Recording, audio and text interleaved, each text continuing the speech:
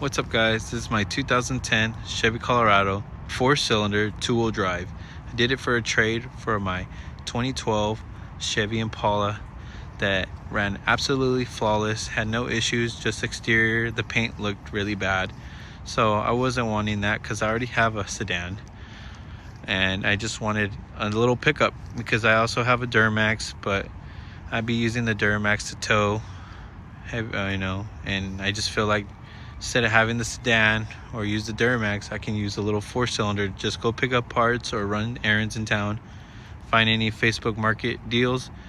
Might just need to take the little truck and throw some things in the back versus taking the Duramax.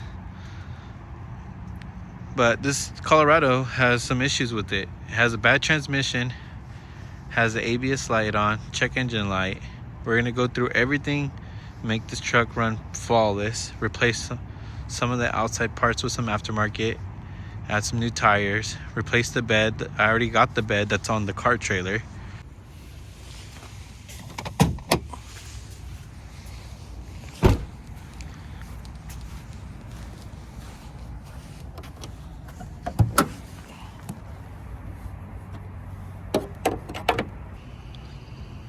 So this is what the engine bay looks like. It didn't look like that before. Some of the things I've done so far that I did not record was I but I ended up cutting the butt connectors that they had connected right here, because when they did the engine replacement, the kids just cut the cables. I don't know if they just couldn't unplug it or something, but they ended up cutting it, slapping the engine in, and then using butt connectors. So I cut all the butt connectors off, soldered them, heat shrink tube them, and then added the insulation to make it look more factory. So I added it right here, was where I seen the butt connectors on this throttle body, and then on the map sensor as well. They had a different one. They had once the wires were all matching white. I just went to my local wrecking yard, cut it, got a pigtail, and did the exact same thing. Put each wire the same color, soldered them, heat shrink tube them, and added the insulation. Made it look like I never messed with it at all. Things that we got going on that we're gonna get done on this vehicle as well is replace the radiator. It is leaking, as you see some of the water right here. It's leaking from the edge of this seal on the radiator, so it is bad. But I did purchase a little bit of a upgraded radiator, if you would say. It's still stock, but it's off of the ones that came out with a 5.3 liter. So it's slightly a little bit bigger. Since we're doing the transmission, the cooler lines that from the transmission go to the radiator, so having a new radiator will give it a better flow, keep it cool, and it's a little bigger. And then we're going to be replacing the battery cables, just because I don't know what they got going on here, but I was having issues with the ground, so we added a new end onto it. But I got another used harness, and we're going to be replacing it, and then eventually getting the battery cover so everything looks factory and just give it a good detail.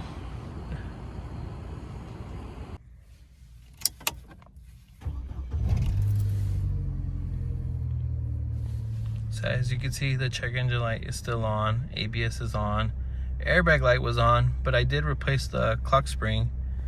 As you can see, it still has the wrapper on it. So the airbag light is off now. It has 222,000 miles. Starts up really fine. I ordered new TPMS sensors.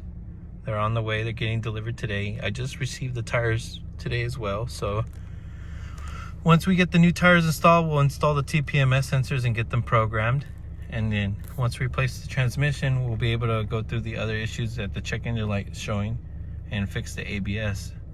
Once those issues are resolved, we'll have a good running truck. We do have an aftermarket radio. For some reason, it's having some issues with the Bluetooth, so I disconnected it. I did order another radio that we're gonna be doing an installation video about. And yeah, I did get another steering wheel because this one does have a tear on it. I don't like it.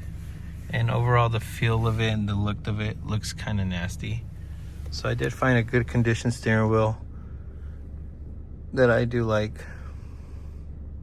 And as you can see for this door panel, where the hinge or where the door panel goes, where the handle grabs or bolts down to, this plate was broken off. So I welded it. After welding it, I'm gonna sand it down a little bit and paint it so it doesn't rust. But now overall, when you grab the handle to pull the door in to close it, it's not gonna be all flimsy.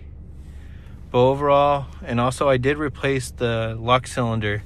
So I did replace the key cylinder and the door cylinders, so they're all matching with one key. Because when I did get the truck, the guy said that the key only starts the truck but doesn't unlock the doors. You have to use the remote to unlock it. But he said if the battery dies, you're gonna probably have to call a locksmith to open the door just for you to get in.